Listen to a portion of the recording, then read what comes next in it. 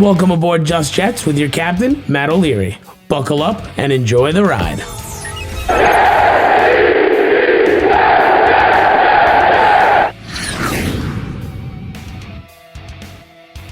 Hello and welcome to episode number 21 of Just Jets. What's going on? I am Matt O'Leary. Going to be hanging out with you, answering your voicemails, doing a couple of topics first, and then going to get this thing rolling. Just wanted to say, if you haven't already, please make sure to subscribe to the show wherever it is that you are getting it, whether it's on the YouTube channel you're watching, or if you're getting it on your favorite place where you listen to your podcast. It's really helpful to me if you're able to subscribe, leave a rating or a comment, whatever it is that you wish. And thank you so much again for tuning in. I really do appreciate it. 21 weeks in a row. Crazy stuff, man. But before I really dive into my first topic, which is going to be Robbie Anderson bashing the Jets on social media, I just wanted to say I hope you guys are enjoying my series, What If Adam Gase Wasn't the Head Coach?, where I, in video game form, take over and coach the 2019 New York Jets. I am currently 2-3. Which is a little bit better than what the Jets were, but not by much. And new episodes are dropping on Tuesday and Thursday nights.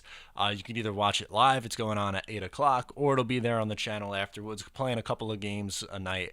And it's really a lot of fun. I enjoy doing it a lot. Again, I'm just getting back into the video game scene. I haven't played since really Peyton Hillis was on the cover. I think that was Madden 11 or 12, maybe. I don't know. It's been a really long time.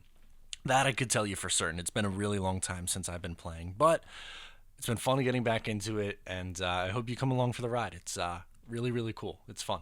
So with Robbie Anderson, let's start there. Obviously, he signed in the offseason with the Carolina Panthers, but what happened was on social media, someone tweeted out a video of quarterbacks missing Robbie Anderson, and all Robbie did was he quote tweeted with a couple of faces, like a shrugging face and like a thinking face. And listen, when you're a deep threat playing with a young quarterback, and then on top of that, a team with a terrible offensive line, you probably are going to be missed a lot. And that unfortunately happens, and I do think that Robbie Anderson's production could have been better with the New York Jets if he got more consistent quarterback play. Keep in mind, Sam missed 3 games, and also in 2017, the first year that he was really a starter consistently, you know, Robbie had a pretty nice rapport going with McCown, and then McCown gets hurt, and he had to deal with Bryce Petty, who had no business playing in the NFL, throwing him the ball, which is obviously not good. That's why he tailed off at the end of the 2017 season. But then some fans come back at Robbie, and that's when things get a little tricky. I believe it was Joe Blewett on Twitter was tweeting out some highlight clips of times where Robbie wasn't able to come down with a 50-50 ball, and that's probably my biggest criticism with him, was that he wasn't great at contested catches. There are plays where he did make nice plays. For instance, I believe against Carolina, ironically, he made a really nice play in the end zone on a ball. Obviously, the Steelers touchdown really comes to mind. And I really wish the Jets were able to get something done with Robbie Anderson. I think he's better than Perryman. And I think it would have been nice to add him and Mims to this offense and maybe look for another wide receiver piece, you know, in all of this. But some fans obviously went back at him a little bit hard. I didn't mind what Joe did. He was just pointing out that there were misses, which is definitely true. And look, yes, I'm a fan of Robbie Anderson. Is he a perfect receiver? Absolutely not. There are flaws to his game. There's no denying that. Robbie then goes on Twitter and says that essentially that other teams were looking at him as an undrafted free agent, and that he decided to choose the Jets. And he said that the teams who are signing you as an undrafted free agent aren't taking a risk. Only if they drafted you are they taking a risk, which that I don't necessarily buy. I think that was pretty dumb to say because, I mean, yes, they didn't draft you. I think that's more risk involved when you use a pick, especially a high-end pick on a player, but they are still paying you. That's taking a risk. You're still giving this guy money to play. That there's still risk involved, in whether it be a free agent signing, as an undrafted free agent, or whatever it is. The team offering you money on a contract to play is risk, whether you want to admit it or not, and that's where I disagreed with Robbie. I didn't like that it seemed like everyone did a completely 180 on him, and I would have preferred, there's no doubt, I would have preferred Robbie not tweeting that stuff out.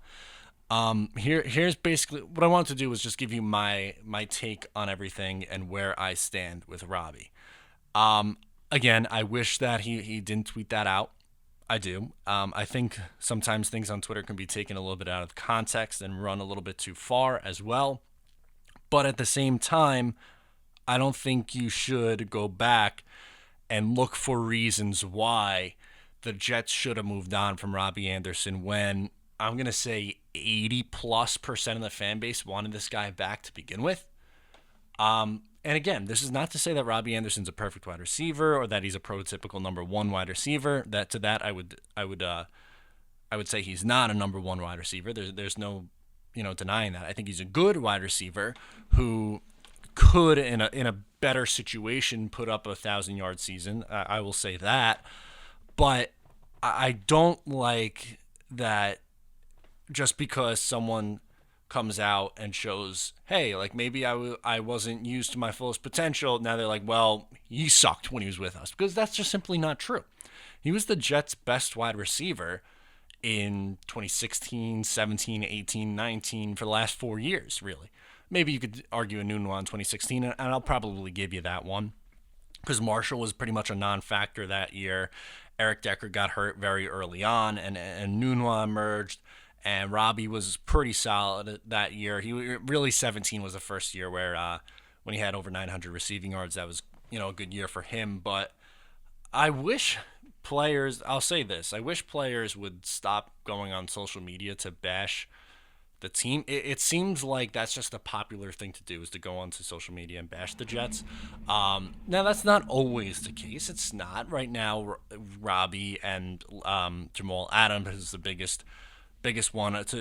I don't really have a huge issue with it. I really have more of an issue with Jamal coming out and continuing to just fuel the fire of him wanting to leave. I'm trying to stay away from Jamal in one of the main topics. If it comes up in a voicemail, completely different. But that I take bigger issue with. I don't think it was so much that Robbie didn't want to be here. I think he did want to be here. And ultimately, the Jets didn't give him a contract that he was looking for, or it wasn't anywhere close to what he was able to get with the Panthers. And to me, I would have done the $10 million over 2 years. I think that's more than enough. I would have did it, I would have did it for 3 or 4 years at around that price. I really thought he was going to get closer to 13, 14, maybe $15 million a year. That I thought would have been a little bit on the high side, but with the Jets wide receiver situation, their cap space, I thought maybe I'd do it. But if we're saying that the price was $10 million, and if the Jets would have just offered a third year on top of that, he would have stayed. But I personally would have did that then. But I digress. And ultimately here, the main thing that I just wanted to get out is that I think people, both Robbie and the fans, were in the wrong here. I don't think either of the sides is right. Obviously, Robbie shouldn't have said the things that he did on social media the other day, but at the same time, I don't necessarily think that you should completely turn heel against a guy who is really good for your team because he quote tweeted a video of him being opened and not hit. That's not even in the same boat as what Jamal is doing right now. That's a minor blip on the radar. That's coming in at like a 1 on the Richter scale, where anything Jamal's doing is like a 5+. It's catastrophic what Jamal's been doing on social media. But that's just my take on the Robbie situation. Again, not ideal, just a little annoying. The next thing I want to get into before really diving into the voicemails and the questions this week is Leonard Williams. And I know he's not a member of the New York Jets anymore. Joe Douglas decided to flip him to the New York Giants for a 3rd-round pick and a 5th-round pick. And now Leonard Williams, there's some drama with him in the New York Giants, as he is supposedly looking for, buckle up, $18 to $20 million a year in a long-term deal. And that's around where Chris Jones is expected to be in a long-term contract. And realistically, the New York Jets and Leonard Williams, we're never going to pay Leonard Williams anywhere close to that kind of money. I didn't think it made sense for them to re-sign him, especially when you draft Quinnen Williams 3rd overall. So I'm not surprised that Joe Douglas moved him. I thought that was one of his better moves as a general manager so far. And it makes me even happier when you see the asking price for Leonard Williams. If you told me it was $12 million, I'd say I personally wouldn't pay him that much at $12 million, but the 18 to 20 is just laughable. Because Chris Jones, again, that's who he wants to get paid like. Over the last 2 years, Chris Jones has had 24.5 sacks. In Leonard Williams' career, over 5 years in league, 2015, 16, 17, 18, 19, 5 years, has 17.5 sacks. That's not even remotely close to where Chris Jones has been over the last 2 years. He's maybe half the player of that. So if you want to take half of that and pay him $9 million, okay. 10, sure. 12, you're pushing it at $12 million. And I think you could allocate your resources a little bit better than paying Leonard Williams, who doesn't get to the quarterback nearly enough for that kind of price tag. I'm happy that the Jets are no longer involved in this situation. If they were, I would be saying the whole time, my take on this has been for a while, is that he's an overrated player. He's a good starter, not a great starter. And he wants to get paid like a great starter. But the production just isn't there. It's simply not. He isn't as good as Chris Jones. He's not. I hope that Quinnen Williams is better than Leonard Williams. I hope that Quinnen Williams is better than Sheldon Richardson and Muhammad Wilkerson as well. But if I had to look right now, we're excluding Quinnen for just 1 year. But between Leonard Williams, Muhammad Wilkerson, Sheldon Richardson, there's no doubt in my mind that Leonard Williams is the third best out of any of those guys. No doubt in my mind. Sheldon Richardson, his first 2 years in the league, by far the best, I think. Then I'd probably go Muhammad Wilkerson too. Give you a couple double-digit sacks years, but Leonard Williams is far and away the third best in that group. He's solid against the run, is not nearly productive enough in the passing game, and he goes quiet for way too long. Way too long. So good luck to Dave Gettleman and the New York Giants. They really screwed up that situation so badly. They should have never traded for him. Why are you giving up as a team who desperately needs to rebuild? You're in the midst of a rebuild. You're going to trade for a guy on an expiring contract who's extremely overrated? Give up 2 mid-round picks? No, that's crazy. Come on now. You should be better than that. And again, basically the point that I wanted to get out here was just, boy, am I glad not to be involved in this Leonard Williams drama. All right, to the voicemails we go. First one's from Logan in Connecticut. Let's hear from Logan. Hey, Matt. It's Logan from Connecticut. And no top 3 question this week. Kind of burnt out on those, but thought I could get a little bit more personal with you. I watched and enjoyed the show for a while now, and it got me wondering, what exactly inspired you to start the channel and just get to where you are now in life and with sports and all that. Because really love what you do and interested. So that's it. Go Jets. Thank you so much for the question, Logan. It's a little different. I like it. So realistically, I've been a sports fan my entire life, specifically with the New York Jets. So I'm 25 years old. When I was about really 8 years old, so the 2003 season is when I really started to understand the sport, what was going on and stuff like that. The 2004 run where they made the playoffs was big for me, and it kind of took off from there. Now, in school, when obviously you reach high school, it's like, all right, well, what do you want to do with your life? Which is scary to try to, come up with an answer at 16, 17, 18 years old. But pretty much when I realized I wasn't good enough to play sports at a professional level, I wanted to talk about sports. And if I could make a living talking about sports, I thought that would be something that would definitely be, amazing for me and something that I would look to do. So I went to college for journalism and broadcasting. I hosted a sports talk show on the radio station there. I have worked for and interned at a couple of stations on, really one station on Long Island, a couple of stations owned by the same company on Long Island, and board operated for Mets games. And from there, I started my own website in 2015. as a blog and podcaster, talking about the Jets, Islanders, and Mets.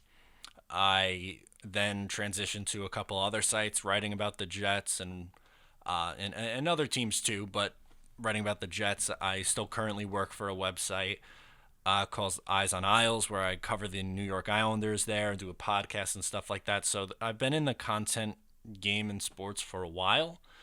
It's not what I do full time. I do this part time. So the channel, basically, and this is a really long winded answer, I'm sorry, but I started this channel about a little over 2 years ago. And I wanted to do all New York sports, just basically be an extension of what I talk about on Twitter. I'm at O'Leary NY, by the way. And then I noticed in around 2018 that my Jets videos were getting a lot more attention. So I started to transition to do only Jets. And then it definitely took off from there, especially more so in the last few months. It really started to take off as we're closing in on 4,000 subscribers. And I can't express enough how thankful and grateful I am to be able to do this. I love doing it, and the fact that people watch and like it as well really means a lot to me. It wouldn't matter to me if 5 people were watching or however many are going to watch this video. It really wouldn't matter because I've done it for years and years before I got to this point right now where I have a couple thousand people tune in, which is awesome. I love it, and I'm extremely humbled by it. But for years, I was doing it for, 5, like not a big audience. I was just doing it because I really love it. And my goal is eventually to get to the point to do digital media full time. And I think eventually I can get there. Right now, I still work in radio. I'm the general manager of a college radio station. So basically, making sure the station's up running, training people, on the equipment and how to do shows and stuff like that, and teaching. So it's a little bit different from just strictly sports, but eventually, yes, I want to do stuff like this full time. So that's my story. I went a little longer than I thought I would on that question, but that's me. If you wanted to know a little bit behind the scenes, I guess, of what goes on, that's basically my entire story. So thank you, Logan, for that question. Really appreciate it. Next is Jonas coming from Wisconsin, and he wants to talk about trading Jamal Adams for Cortland Sutton. So let's hear this one out. Hey, Matt, this is Jonas from Wisconsin, and I want to talk about trading Jamal Adams to the Broncos for Cortland Sutton in either a first or a second. Our receiving core is not like the greatest, so I was just thinking about trading for a good wide receiver. He had over 1,000 yards last season, so let me know what you think. Thank you. Thank you so much for the question. I from the Jets' perspective, I would do it I think Cortland Sutton in a first is probably too much. I think more realistic is Cortland Sutton in a second. I don't know if Denver would do it from their situation. I don't know how desperately they're looking to add at the safety market. I think they're going to try to lean heavy on their offensive side because they have a young quarterback going into his second year. And I know they drafted Jerry Jeudy this year, but still to have a really nice 1-2 punch at the wide receiver position like that, I think is something that they are hoping to build around on that offensive side. So I don't think they would do it. But to really answer this in the easiest way that I know possible, that if you're able to move Jamal Adams and help out Sam Darnold and help out this offense, which has been atrocious for a really long time, then I'm all for it. I really am. I think it would be I think if you are going to trade Jamal Adams, which I think the Jets are going to be forced to do, then looking to upgrade either on the offensive side of the ball, whether it be on the offensive line or wide receiver, which is two pretty big needs right now, or if you're going to do on the defensive side, edge. But that's really the only other position that I would care about on the defensive side. I'd be more willing probably to trade for a wide receiver and make life as easy as possible for Sam Darnold. Next up is Nick from Atlanta, wants to talk about the quarterbacks in the AFC East. Hey, Matt, it's Nick from Atlanta. So I just wanted to ask you your thoughts about the current quarterback situation in the division. Not obviously.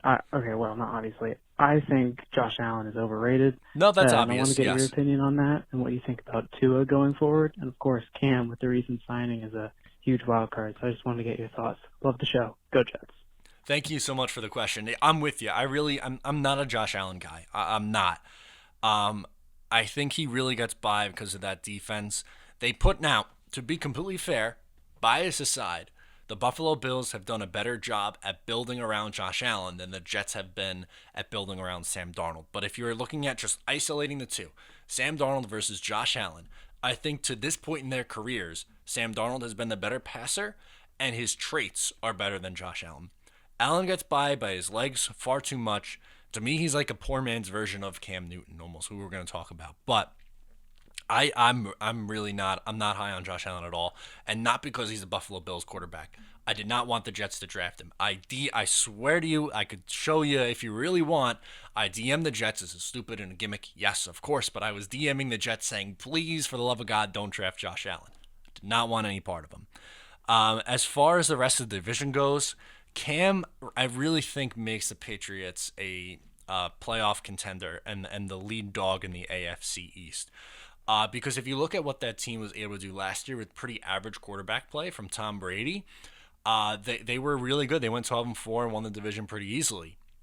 Now, I think Buffalo has a good roster outside of maybe the quarterback position, but if Cam Newton is 75% the player that he was, then I think they are going to be more than fine. I thought that if they had Jarrett Stidham this year, who I really don't think is going to be any good, but if they went with Jarrett Stidham, I thought that Bill Belichick could still get that team to 8 wins. But you put in a semi-healthy Cam Newton, you're telling me they can't win 10, 11 games and win this division? I think they could, for sure. And then as far as Tua goes, the health is my biggest thing for him. And yes, he's a lefty and a small quarterback, which is a little bit weird because it's just not something that we see a lot. Listen, the game's evolving. I definitely think the talent is there for him. I really do. It's just a matter if he's going to stay healthy and what the Miami Dolphins are going to be able to do building a team around him. I don't think they're quite there yet. I wouldn't be surprised if Ryan Fitzpatrick starts this year, and when things go wrong, maybe around the midway point of the season with him, as they usually tend to do in year 2, then they could transition and go to Tua Tagovailoa. But I think, which by the time the Jets play him, they might be at Tua at this point. But long term, I would probably say I'm most confident in Sam Darnold. I would put Tua behind Sam. And then I put probably Cam 3 because I don't know what he's going to be health-wise. If he is healthy, maybe a flip-flop him and Tua, but I think it'd probably be close. And Josh Allen's 4 for me. I hope that answers your question, but yeah, I'm with you. I think Allen's overrated for sure. Next up is Nick from Georgia, who wants to talk about Sam Darnold and whether or not he's a game-changing quarterback. Hey, Matt. This is Nick down from Augusta, Georgia. Big fan. Again, been watching your show pretty much since you started doing these podcasts. You were on the Vine show, the live stream with Vine Monday night, and I'm trying to get into the phone call while you were there because I had an important question I wanted to ask both of you. But I asked him and he answered it, so I kind of want to get your intake now. The whole Sam Darnold situation. I'm a steer clear of Jamal Adams. I know, if we can get rid of him to help Sam, I'm all for it. If not, pay the man, and let's move on. But with Sam Darnold, I want to get your input on this. Do you think, by the definition of a game changer, is Sam Darnold a game-changing player? When I think of your game-changing quarterbacks, you've got, Aaron Rodgers, Tom Brady, even like Matt Ryan to some extent. The quarterbacks that win because of the quarterback play. We went 0-3 when we lost Sam, and then he comes back and was 7-2. So I really want to get your input. Do you think he is a game-changing quarterback? Sorry for it being so long and stuttering. No, that's okay. That's fine. But yeah, just not good on the phone, my man. But hey, you have a good night and hope you're staying safe. Peace. Thank you so much for the question. Really appreciate it, Nick. And I think you kind of hinted at where you lie on this one, but I would say yes, that Sam Darnold is a game-changing quarterback. Now, before I get into why, I think that most quarterbacks are game changers by definition because it's the most important position on the field. So whether it's a positive game change or a negative game change, it's going to affect you one way or the other. But I think even average quarterback, so if you're a top 15 quarterback, maybe even, yeah, I'll say top 15, that you're a game changing quarterback. I would say yes. And the reason why I would say yes for Sam is because we've really seen what this team looks like with him and without him over the last 2 years. They're 0-6 without Sam Darnold as a starter in the last 2 years. Now, is Sam a perfect quarterback? No, he's not. Not right now. He has shown traits to make me believe that he is going to be a very good quarterback in this league.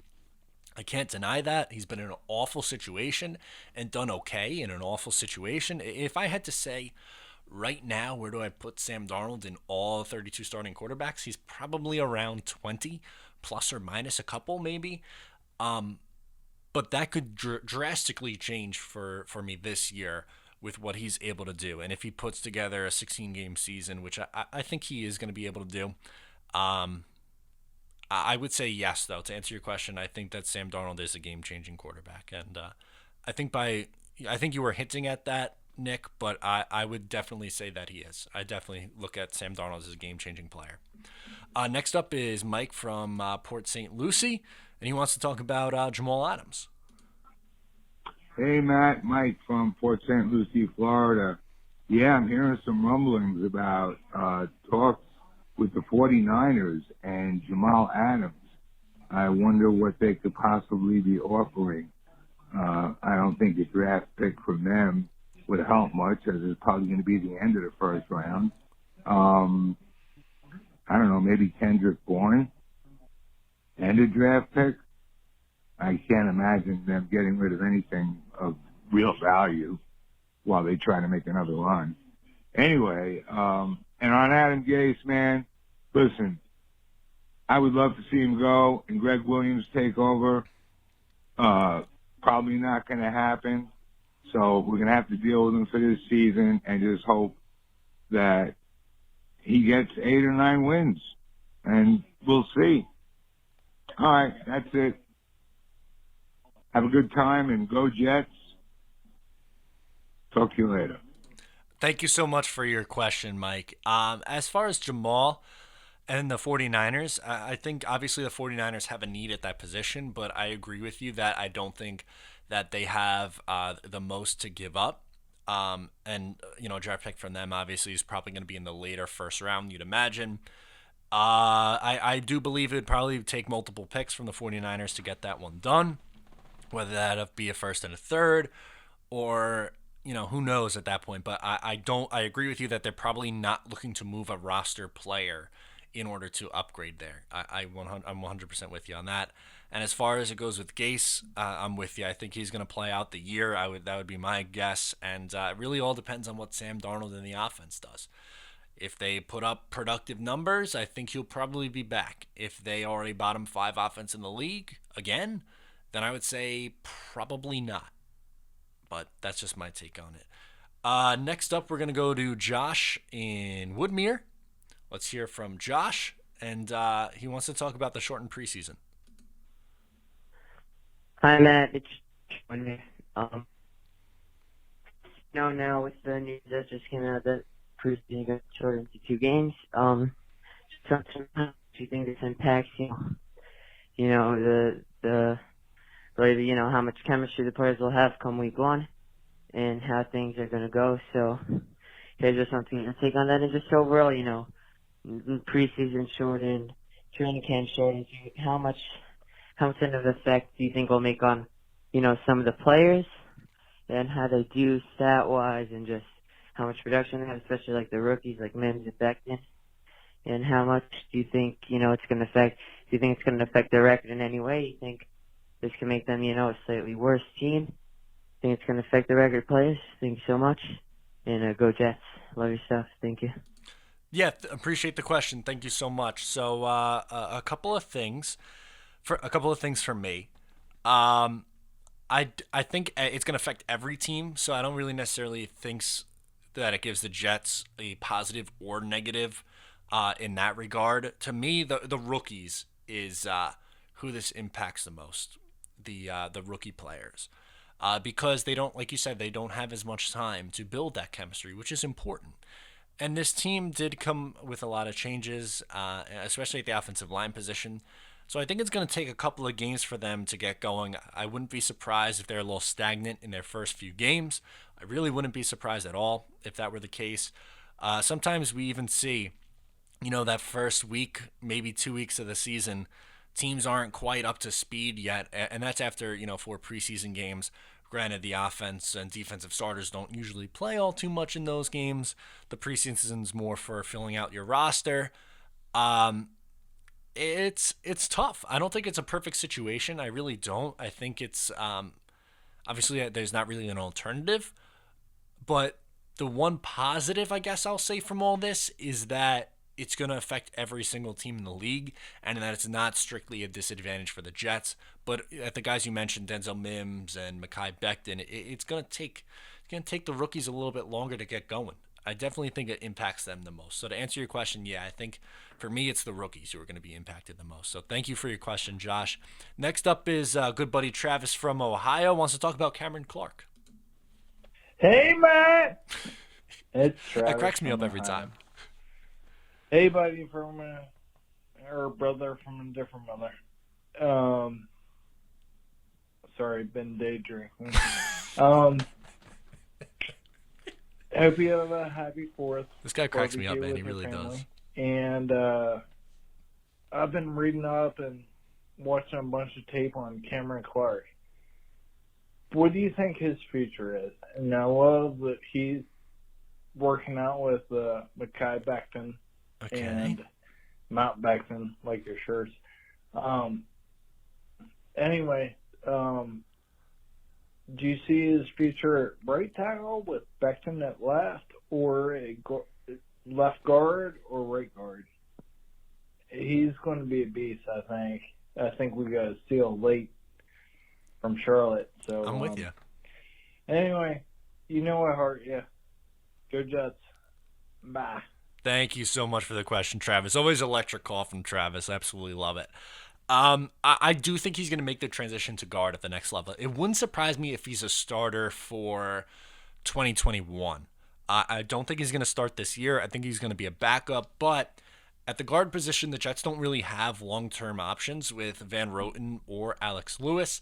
I think he's probably going to transition to a guard spot. And I would probably bet left guard. I would think that they want Becton and Cameron Clark to play on the same side together. And boy, would they be a nasty, nasty, nasty group. They are physical. Both those guys are physical players.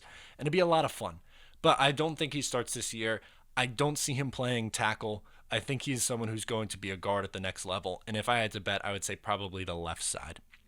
Next up is Jay from the Bronx.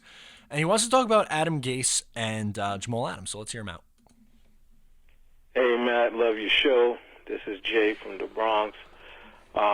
Just calling in to say a couple things. Just number one, I got to say this, man. I really, really hate the fact that so many people just kill Adam Gase. Look, he's the coach of the team. He's going to be the coach of the team. And constantly killing him is not going to do anything for our team. The hate is just unreal. I can't understand it. I know he's not the greatest. He wasn't my first choice. But he's nowhere nearly as bad as the criticism and blame that he gets. I just had to get that out. Okay, I'm going to play the second half of the message, I promise. I just want to address the Adam Gase first before we get into Jamal Adams. I very much disagree with Jay here. I don't think that just because someone, whether it be a coach or a player, just because they represent your team, that you should be supportive of them. Especially someone like Adam Gase, who I do think is extremely flawed. Outside of what he did with Peyton Manning, which is 5 years ago at this point, 2014 was the last year he was with Peyton Manning. So going on 6 years ago now, he has not had a ton of offensive success. in this league. He really hasn't. So if you look at what his offenses have done, so last year the Jets, I'm going to look at DVOA. They were 31st in the league last year in 2019, where they missed their starting quarterback for a few games. Yes, of course, but still 31, not very good. 2018 team offense. The Miami Dolphins finished in 26th in offensive DVOA in 2018. 2017, head coach of the Miami Dolphins, they finished 27th in offensive DVOA. 2016, they made the playoffs, so this is definitely going to be an improvement, no doubt. They finished 14th in offensive DVOA. In 2015, with Jay Cutler, he finished 10th. So he finished 10th, 14th, that's okay if you're in the top half. But in the bottom half of the league for 3 years, not just the bottom tier, 26, 27, 31. 3 years in a row with Dowell Loggins, and you're going to hand him to the keys to your franchise with a 22-year-old quarterback, and you are putting him in charge of the developmental and the growth. Who has he developed and grown? Jay Cutler was already an established player in Chicago. Peyton Manning was an established player in Denver. Who has Adam Gase developed? You didn't develop Ryan Tannehill. Tannehill was better after he left Miami. He's better in Tennessee. Is Ryan Tannehill still overrated? Yes, he is. There's no denying that. But I really don't think it's fair to say, well, he's my head coach. It wasn't my first choice. So, but I'm still going to support him. I still think he's good. Doesn't work like that. I disagree with that, but we'll play the rest of the call, and we'll get to the Jamal Adams side of this. I had to get that out. Jamal Adams, I am so glad that you're saying the things that you're saying, because with me personally and Jamal Adams, yes, he's a great player. Love Jamal Adams. But the bottom line is Jamal Adams doesn't want to be here. Fact. And everyone is just taking it as the starting point that last year at the trade deadline this started. It did not start last year at the trade deadline, and it was clear as day to me.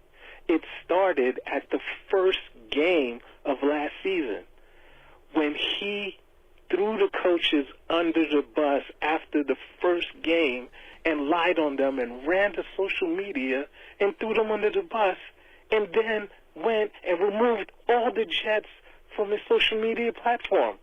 What player that wants to be on a team does this? That's when it started. September, first game of the season, not the trade deadline. He came into the season with an agenda that he wanted to get off of the team. And everyone is breaking their necks to try to figure out ways to pay him anything that he asks for, to diss the Jets because, they're not respecting him like he said. They don't want to give him the money right now like he asked for. Or it's Adam Gase's fault. Or Jamal does not want to be here. And he's doing everything to get himself off. And the Jets fans just need to stop killing the Jets organization for it. Stop trying to blame everybody else except the source. It doesn't mean Jamal's not a good player. It doesn't mean that. Obviously, there's something that they're trying to build here. They're trying to change the culture. And Amen. To buy into this is not going to do that. I think you're doing a great job. I love your show, and that's really what I wanted to say. Thanks. You have a good He got cut off at the end, but thank you. I appreciate the call, Jay. And while I don't agree with you on Gase, I think you hit it on the head with Jamal Adams. I really do. I think you're right. He doesn't want to be here. That's the end of the story. And it really stinks that he doesn't want to be here because he's a good player. And I would be all for giving him a contract extension after this year at a reasonable cost. No denying that. If you say, listen, at the end of this year, right, if Joe Douglas said, Jamal, I'll give you 5 years at $60 million a year, and he signed on the dotted line, perfect. That's exactly what the Jets are hoping for. That's what makes sense for their franchise. To give in to him now and to pay him what he's asked, like the $20 million a year that he wants, otherwise he doesn't want to play for this team, That's crazy. That's not changing the culture. That's giving into one player, which is the exact opposite of what you want to do. So I think you hit it on the head there. That was the last question. So thank you, Jay, again for calling in. A lot of fun doing this. Always love doing this show. Episode 21. 22 is coming out next week on Monday as well. Again, make sure to stay tuned on the YouTube channel for Tuesday and Thursday night. We are doing the fourth, I guess we'll be up to the episode 4 and 5 of the What If Adam Gase Wasn't the Head Coach, and we're just going to keep rocking and rolling, man. So thank you so much for tuning in today. Once again, I'm Matt O'Leary, and I'll talk to you next time.